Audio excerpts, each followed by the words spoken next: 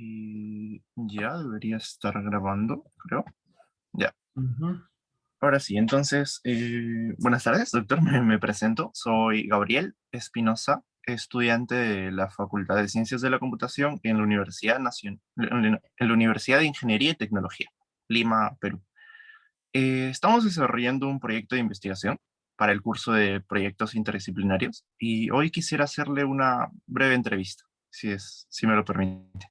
Claro, claro que sí, Gabriel. Entonces, empiezo por la primera pregunta, que sería, ¿por qué cree usted que surgió la enfermedad del cólera en 1991?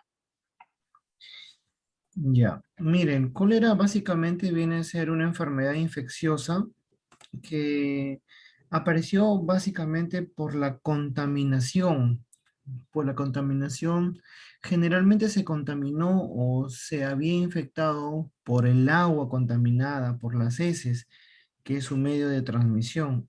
En ese entonces, específicamente las zonas urbanas, que llegó en 1991 la enfermedad, básicamente en Chimbote, y lo hicieron por los ríos, y básicamente era una contaminación por los bajos recursos, se podría decir, básicamente por las desaseo de las personas. Y esa enfermedad contaminó a miles de personas. Y poco a poco por las aguas ya se fue extendiendo en todas las ciudades del Perú. Y es por eso, por el desaseo básicamente de las personas, por la forma inadecuada de la higiene. Mm, entiendo. Gracias. Y yendo un poco más al lado económico del Ujú. Perú, o específicamente al menos en la ciudad de Chimbote, ¿cómo cree que la epidemia, o cómo recuerda específicamente que la epidemia afectó al lado económico de la ciudad en dicho año? Mira, Gabriel, yo soy del año 85, de 1985, así que yo tenía 6 años en ese momento. Por lo que me cuenta mi padre, hubo un gran déficit económico. ¿Por qué? Porque la ciudad de Chimbote no estaba preparada absolutamente para nada en recibir tantos casos. ¿De qué forma? En la forma de médicos, en la parte del personal, en la forma de insumos hospitalarios, es decir, se necesitaba bastante. Nosotros, no sé si habrás escuchado, nosotros se tenía que utilizar bastante suero, bastante hidratación, las sales de rehidratación oral. Nosotros no estábamos, bueno, ninguno de los hospitales estaba desabastecido. Y eso para generar y eso para generar un gasto era bastante tedioso, y la economía un poco que se vino abajo.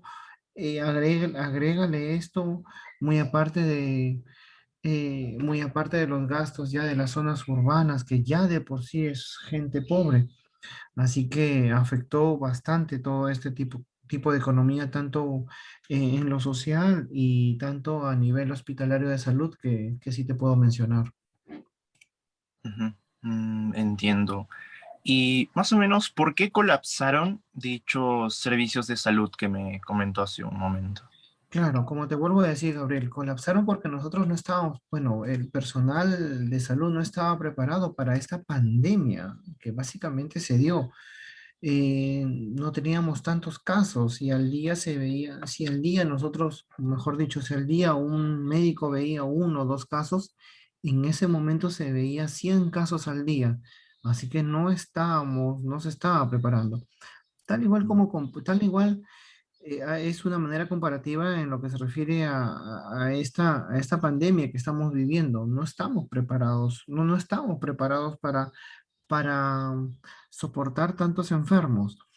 Si un proceso gripal nosotros veíamos en 10, hoy en día veíamos a 100, a 200 casos por día. Y es más, y eso nos trajo unas dificultades porque todas estas situaciones, no teníamos ni instrumentos, no teníamos ni insumos, no teníamos ni mucho menos personal de salud. Y obviamente en nuestra capacidad de salud ya de por sí es ineficiente comparado con tantos países. O sea, ya de por sí estamos mal y más aún con esta pandemia nos destrozó, por así decirlo. Ujú, entiendo. Y ya yendo más al final de la epidemia, ¿qué factores cree que fueron determinantes para que esta pueda ser detenida, para detener la propagación de esta enfermedad? Y más o Básicamente, menos por qué. básicamente el desconocimiento que se tuvo en ese entonces de las zonas de las zonas rurales, en el desconocimiento de la higiene mismo.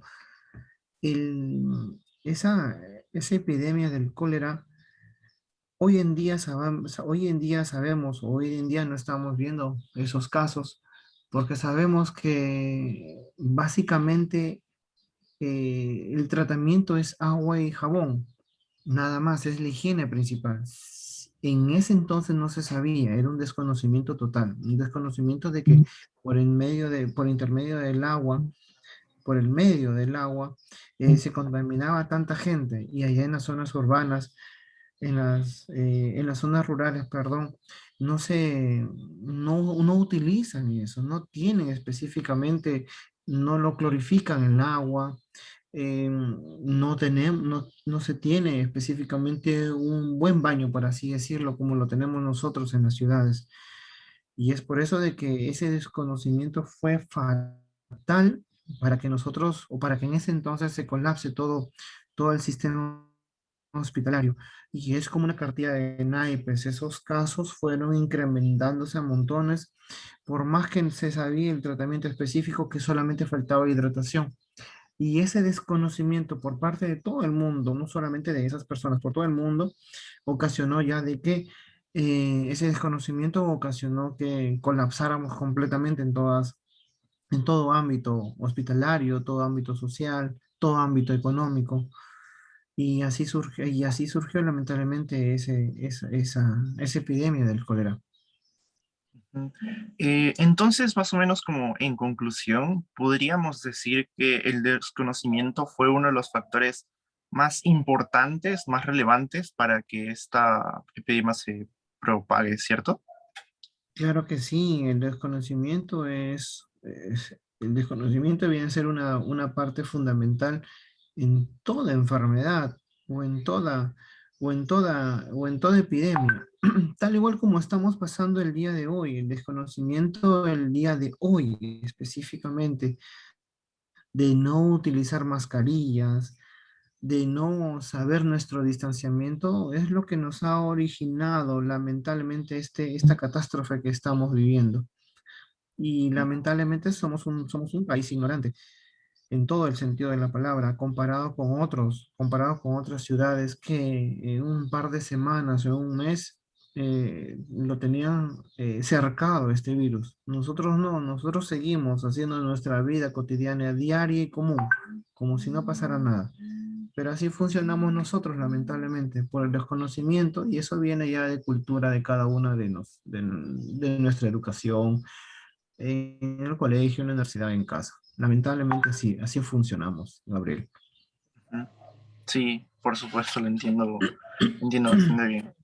Y bueno, entonces eso sería todo. Esas eran mis preguntas que tenía para usted como especialista, claro. Perfecto. Eh, entonces, ya, eso sería todo. Muchas gracias, Listo, doctor, por la listo, llamada. Gabriel. Listo, un abrazo, a seguir cuidándonos y espero que les sirva de algo estas preguntas o ese tema que estás tocando, lo que es muy interesante. Un abrazo a la distancia, Gabriel. Igualmente, doctor. Hasta luego. Listo, Chao. cuídense. Chao.